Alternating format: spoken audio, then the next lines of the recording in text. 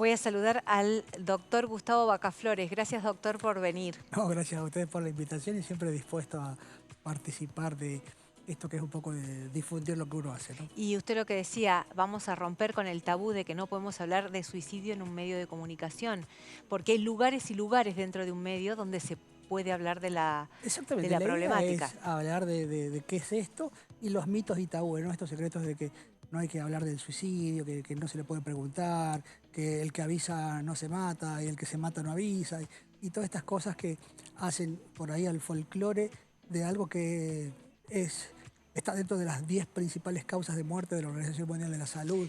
En los últimos días hemos conocido datos que nos alarmaron muchísimo, incluso de la provincia de Salta, entre jóvenes de 10 y 19 años como una de las principales causas de muerte, situaciones que nos ponen a reflexionar para hablar de esta problemática que es tan pero tan importante. Por estas horas en el gobierno nacional también hay una alerta, se están reuniendo las autoridades de salud mental para delinear políticas públicas eficientes, porque al parecer lo que se conoce y lo que está funcionando no está funcionando en realidad. Y enseguida le cuento, doctor, porque quisimos buscar un teléfono de ayuda para brindar asistencia, para ponerlo en pantalla, y se nos ha complicado. No hay una atención 24 horas para quienes buscan ayuda ante una posible idea de suicidio, y eso nos preocupa como medio de comunicación. Pero vamos a hablar de la problemática, ¿le parece? Dale, perfecto. Porque si no hablamos de política y no. Y no era no era la intención. Compartimos con ustedes un informe que hemos preparado con mucho, pero mucho cariño.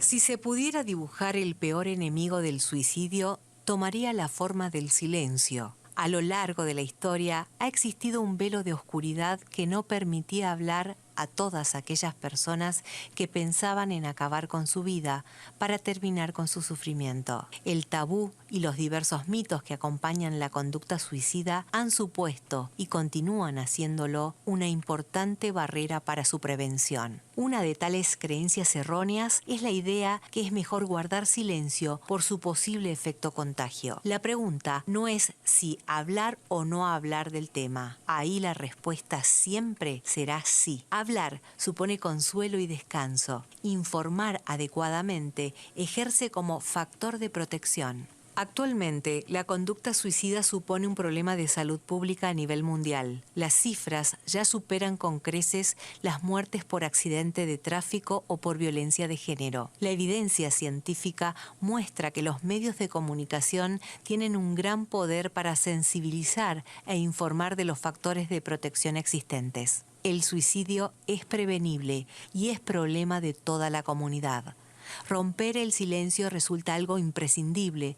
Para ello es necesaria la información, formación, sensibilización y concientización de los diferentes miembros de la sociedad.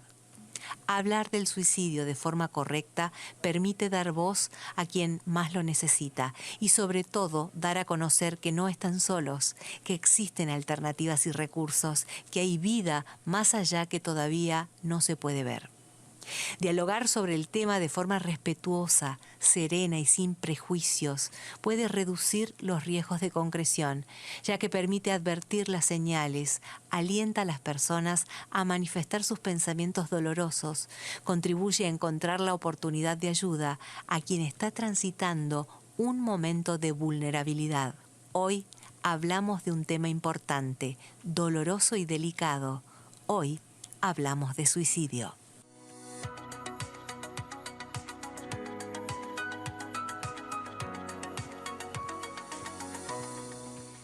Doctor, ¿qué factores intervienen en una persona que piensa o decide quitarse la vida? Bueno, son cuestiones multifactoriales. Ujú. Primero hay que aclarar que el suicidio es una conducta que es transversal, es decir, que podemos hablar de suicidios en niños, en adolescentes, en adultos y en gerontes. Ujú. Las poblaciones de mayor vulnerabilidad van a ser los adolescentes y los gerontes, para citar el escenario. Los factores que van a contribuir son muchos. Hay cuestiones relacionadas con patologías psiquiátricas. Por ejemplo, los pacientes que cursan con depresión pueden terminar con suicidio. Algunas patologías como esquizofrenia, como trastorno bipolar, tanto en su fase depresiva como en su fase de manía o de euforia.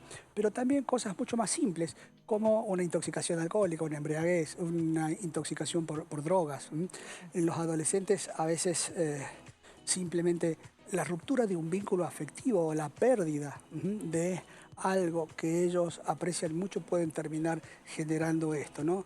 A veces lo que nosotros vemos desde la guardia del Hospital San Bernardo en los adolescentes es si vos me dejás yo me mato. Y se fue y se intentó suicidar. Ahora, doctor, en una de las tantas artículos que leímos con la producción para preparar el programa de hoy, repetidamente leía esta idea de que lo que no es que se busque terminar con la vida, se busca solucionar un problema. A ver, de acuerdo a dónde esté ubicada la conducta suicida, la persona que tiene este padecimiento simplemente a través de esta conducta va a intentar inmolar su dolor a través de la muerte. Es la última salida a esta situación que me sobrepasa y ya no tengo solución, ¿sí? Para muchos es un recurso para dejar de sufrir, ¿sí? Es una conducta que los aleja de su sufrimiento. El tema es que dentro de lo que es la conducta suicida, nosotros vamos a tener la ideación suicida, esta cosa de, no sé, que es habitual, que no dice nada, no sé, juega Boca, pierde River, Central Norte, Gimnasia, ¿no? Si pierde este partido me mato. Nada, eso es solamente una cuestión, quizás una cuestión semántica. Pero cuando se asocia en otros lugares, cuando ya aparece la rumiación, cuando uno empieza a coquetear con esta idea, ¿no? Y para estar así mejor sería estar muerto. La verdad que no tiene sentido estar viviendo. Esa sería la ideación. Después viene la planificación, ¿no? Yo me voy a matar. A propósito de esto que usted que me está haciendo referencia a estos pasos, el adolescente es como mucho más vulnerable al encontrar y al buscar, ¿no?, datos sobre estas situaciones. Sí, bueno, en las redes sociales hay muchas cosas a favor y en contra, ¿no? Porque vos recién hablabas de factores que generan seguridad. Y ahí hoy tenemos, ¿sí?, un adolescente que esté contenido, un adolescente que tenga una actividad saludable, un adolescente que haga deportes, un adolescente que no tenga un consumo de sustancias. Ese adolescente va a estar más protegido que un adolescente que pasa mucho tiempo solo, que no tiene una contención afectiva, que no tiene una contención familiar, que esté atravesando problemas de consumo, problemas de familiares, de una familia desintegrada o que no es continente, pacientes familiares que tengan patología psiquiátrica. Todas esas son conductas que agravan esta problemática. Y el adolescente muchas veces no tiene filtro, va a pasar como si fuera una conducta impulsiva, ¿no? De la ideación al acto. La mayoría de las veces lo que se produce es el gesto suicida sin la intención de letalidad. Claro, claro, ¿Entendés? claro. A eso iba. Y ahí va a aparecer otra cosa, que muchas de esas muertes que aparecen como suicidio no tenían la finalidad de, pero Claro. se produce un error de método. Claro. Y no se miden las consecuencias. Bien, claro, eso. Pero ¿siempre podemos prevenir, doctor? Sí, se puede. ¿Cuáles son las herramientas para prevenir o para estar atentos ante ciertos comportamientos de las personas? La prevención del suicidio en principio sería esta, poder hablar, ver que no pasa nada si nosotros hablamos de esto, que podemos estar frente a una persona, porque la prevención no necesariamente es del psiquiatra o del psicólogo. La prevención la podemos hacer desde el sentido común, desde alguien que se enfrenta a alguien que la pasa mal y que le puede preguntar, che, ¿qué te pasa? Claro. Sin juzgar, sin ponerse en el lugar del otro, porque a veces si yo me pongo en el lugar tuyo con empatía, termino pensando como vos y dejo de ser neutro para sentir lástima. Claro. ¿Me entendés? No, ¿sabe qué se me ocurre? Que también entra a jugar un factor cultural, ¿no?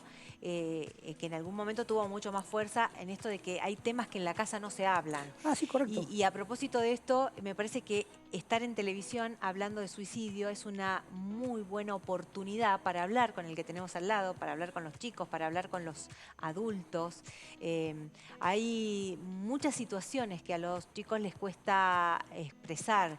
Hay muchos chicos que son Sí, correcto. abusados en Bueno, el esas seno son familiar. conductas favorecedoras de suicidio, Claro, ¿sí? Las familias disfuncionales, los abusos el sexuales, bullying. el bullying, la violencia, la falta de simplemente de acceso a educación, un chico que se queda todo el tiempo solo, esto que vos planteabas, lo que es bullying, lo que es la descalificación, la no identificación con el grupo, el chico que es periférico, que no se integra, todo eso puede terminar ocasionando un suicidio.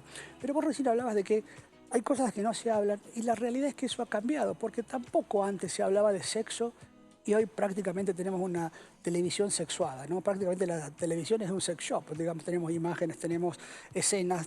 Prácticamente eso dejó de ser una cuestión de la cual hoy no se hablaba y quizás los adolescentes tienen mucha más información o formación en relación a lo que es sexo, a lo que es género, a lo que son estas nuevas formas de elección en cuanto a la sexualidad, que quizás a los más grandes los aterran y para ellos es una cuestión de absoluta normalidad. Con el suicidio pasa lo mismo, uno tiene que tener la valentía de poder preguntar qué es lo que pasa, qué está pensando. Y a veces con el insomnio, el chico que no duerme, la persona que no duerme, ahí empieza a pensar cuestiones medias raras. Y uno en el consultorio le pregunta, ¿no? Che, ¿y estás pensando alguna cosa media extraña? ¿O tenías boludeces en tu cabeza? Ahora, doctor, en cuanto a las alertas para la familia, me interesa mucho llegar a la mamá, al papá, a los tíos, a los que están cercanos a esta persona. ¿Cuáles son esas alertas? Usted recién decía, chicos que no duermen mucho de noche. Sí, hay cambios de conducta, hay disminución o aumento en el peso, Ajá, hay alteraciones en el sueño, hay alteraciones en el estado del ánimo, o está un poco irritable o excitado, o el chico que está búlico, donde vos vas a notar un antes y después en relación a su rendimiento académico. Es decir, que ese chico puede estar cursando un cuadro depresivo, que no importa cuál depresión. ¿Por qué? Porque tenemos depresiones reactivas, tenemos depresiones endógenas, tenemos depresiones asociadas a otras cosas. No importa, tratemos de englobar la depresión simplemente como una alteración del estado del ánimo. bien. Ahora, doctor, ¿qué hace una mamá cuando ve esta situación en el chico y necesita pedir ayuda? Porque le dice al chico, bueno, tenés que ir al psicólogo, tenés que ir al psiquiatra, te tengo que llevar al doctor, y el chico dice no. Y un chico que de pronto tiene edad, con la voluntad suficiente para plantarse y decir no quiero, ¿cómo se pide ayuda desde el Ah, seno familiar? Estoy entrando incluso hasta en la ley de salud mental que tanta polémica tiene, bueno, ¿no? eso es todo un problema. Antes, me refiero a antes, yo tengo más de 23 años de psiquiatra y muchos de estos problemas se solucionaban mucho más simple porque podíamos hacer, a veces cuando nosotros detectábamos el riesgo, hacíamos una intervención y podíamos hacer una internación compulsiva, que significa donde yo asumía el riesgo de Sí, preservar el mal mayor que era la vida. sí. Entonces yo asumía la responsabilidad de poder hacer una internación. Hoy eso no se puede porque nos equiparan o comparan como si una internación compulsiva fuera una privación ilegítima de la libertad. Es decir, como si un médico psiquiatra se equipara a un falcón verde que va, te chupa y te guarda. Y en realidad no tiene que ver con eso. La persona en estas situaciones, podemos hablar en actitudes de suicidio, intoxicaciones por sustancia, alteraciones de sus facultades mentales, no tiene la capacidad de comprender ni dirigir sus actos ni sus acciones. Por consiguiente, él no puede decidir si se interna o no. Entonces, si nosotros le vamos a preguntar a alguien que esté en una situación de vulnerabilidad o de riesgo, si él se quiere internar, obviamente que vamos a incurrir en una mala praxis, porque si el chico me dice que no, yo no lo puedo internar. Claro. Por consiguiente, se puede terminar matando. Bueno, hay toda una polémica en torno a la ley, ¿no? Se registraron casos importantes de personas, el caso de Chano Sí, y una correcto. mamá pidiendo a las autoridades una Bueno, respuesta. Por eso las autoridades están reunidas para delinear una política pública efectiva para sí, la la idea es salud cambiar mental. algunos artículos, exactamente. Bien, lo mismo como comunidad, doctor, y tenemos que aferrarnos a lo que podemos hacer, ¿no? Por los chicos. ¿La medicación ayuda a mejorar el estado de las personas con ideas suicidas? Por supuesto que sí, Ujú, absolutamente sí. El tema de la medicación es que, salvo el tratamiento biológico de electroconvulsivo terapia, ¿sí? Ninguna tiene una respuesta inmediata. Entonces, un tratamiento psicofarmacológico demora en empezar a hacer efecto como mínimo 14 días. Entonces, yo el ánimo no se lo voy a mejorar con un tratamiento farmacológico en el acto. Pero sí puedo establecer una conducta de vínculos donde puedo sacarlo de ese lugar, puedo darle una protección, puedo sedarlo, puedo proteger hasta que eso se active. ¿Y qué va a pasar con esto? ¿O qué es lo que dicen las polémicas? Que si uno ve los prospectos, dicen que los antidepresivos generarían conductas suicidas. Por eso no se quieren usar. En realidad, eso no es correcto. Un paciente que está con ideación o rumiación suicida, que la haya verbalizado o no, no importa, cuando el antidepresivo comienza a hacer efecto, empieza a tener más energía. Entonces, esa idea que él la tenía y estaba inhibida, ahora puede ser que la desarrolle. Pero eso no es efecto del antidepresivo. Eso tiene que ver con esa idea que él la tenía la planificación, pero no tenía la energía para hacerla. Bien. Ahora, en cuanto a las alarmas que usted hacía referencia hace un ratito y ahora acaba de tocar el tema, por eso se lo quiero preguntar, ¿no tiene nada que ver esto de que la persona anuncie o no anuncie que va a tomar determinada actitud en relación a su vida? Porque, ¿se acuerda usted que decía, no, si lo dice, se lo dice, no pasa nada? ¿No es cierto? No es cierto. Eso es categórico, doctor. Absolutamente. Tenemos que estar atentos. Sí, los estudios dicen que por lo menos el 70% de las personas que han cometido una conducta suicida han hecho algún tipo de aviso, que la gente no lo haya detectado, lo haya minimizado, eso es otra cosa. Pero no es cierto que el que avisa no se mata y el que se mata no avisa. También es cierto que las personas que tienen la planificación, ese tipo de cosas, habitualmente suelen comunicarlo, quizás no de una forma muy clara. Pero siempre hay alerta. Pero siempre hay cuestiones, ¿no? De hecho, hay a veces conductas o mensajes que se mandan, porque también hay una cuestión que hace que uno se quiera suicidar y hay factores de protección. Eso. El por qué no me mataría. Y a veces cuando uno evalúa, dice, che, ¿qué estás pensando? No, yo me quiero morir, doctor, pero ¿te querés morir o te querés matar? Porque no es lo mismo. Claro. No, la verdad que mi vida no tiene sentido, yo me quiero matar. Bien. ¿Y cómo te matarías? Y yo estuve viendo... No, por favor, no. No pasa nada, no pasa nada.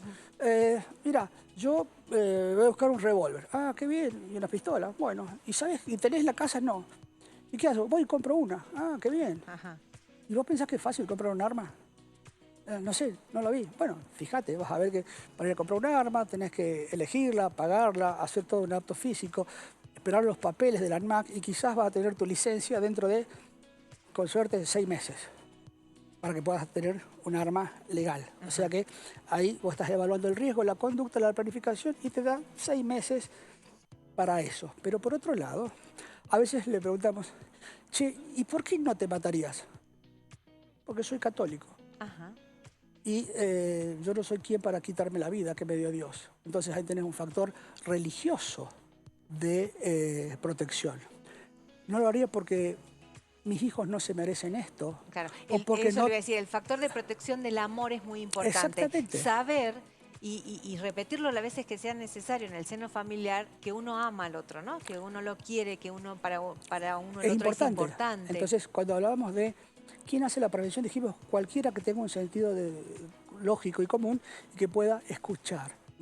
Y que yo pueda escuchar y que pueda entender y que yo, en esta cuestión de escucha, te haga sentir que vos no importás, que vos sos importante, que entiendo tu sufrimiento, pero que no vas a sufrir solo, que hay todo un proceso para poder salir de esto. Entonces, ahí cualquiera puede ayudar una madre, puede ayudar un amigo, puede ayudar a veces el profe de gimnasia del club, el amigo del rugby. Y es lo que decíamos, toda la comunidad debe involucrarse en esta situación y en esta problemática de salud pública. Sí, toda la comunidad. Por eso, cuando empezábamos, cuando hablamos de los factores de protección, te dije, la familia, los amigos, los grupos de estudio, esta cuestión de contención. Y los desprotegidos es lo contrario. La gente que está sola, la gente que no tiene familia, la gente que no hace actividades deportivas, la gente que tiene consumo de sustancias.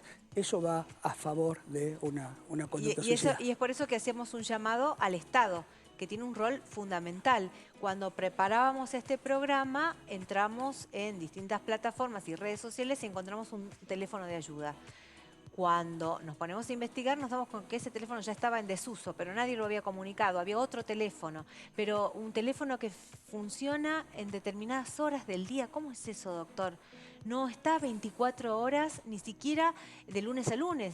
Funciona de lunes a viernes, o sea que sábado y domingo hay una comunidad que está desprotegida en esto, ¿no? De tener una contención psicológica para quienes puedan tener ideas suicidas. Sí, es cierto, antes había una línea de asistencia al suicida y estas cuestiones de burocracia, ¿no? Que uno puede llamar de 8 a 12 y de 16 a 20 en horarios comerciales de lunes a viernes, no favorece la contención. Pero también es cierto que cualquier persona que esté atravesando una situación de crisis, hoy puede llamar al 911 y el 911 lo va a contener, lo va a derivar y a partir de ahí van a poder mandar algún tipo de ayuda. A veces el SAMEC, pero también es cierto que el SAMEC no tiene psiquiatras, a veces se hace un triage, pero por lo menos con que alguien te escuche, te contenga, dejes de estar solo, esa sensación de soledad es una herramienta importante hasta tanto se puedan armar los dispositivos de contención. ¿Todas las tristezas se superan, doctor? Todas se superan, el tema es el tiempo o a veces la ansiedad de uno, porque a veces si hablamos de las tristezas generadas por el amor, que todos hemos pasado por alguna de estas desilusiones, quizás en el momento en el que nos toca sufrir, la vida no tenía sentido, era lo peor del mundo, vos eras mi amor eterno. Y quizás, no sé, 8 meses después o 2 años nos terminábamos riendo de esa situación, ¿no? ¿Por qué hay personas que para algunas es tan importante esto del amor de pareja, ¿no? Que marca la vida y para otras no. Bueno, en principio por la individualidad. Hay personalidades que tienen mayor dependencia, pero por otro lado, una persona que tenga una pareja o que tenga una familia, eso actúa como un factor de protección, a diferencia de, por ejemplo, los solteros, ¿no? Tienen más riesgos de suicidio que una persona casada.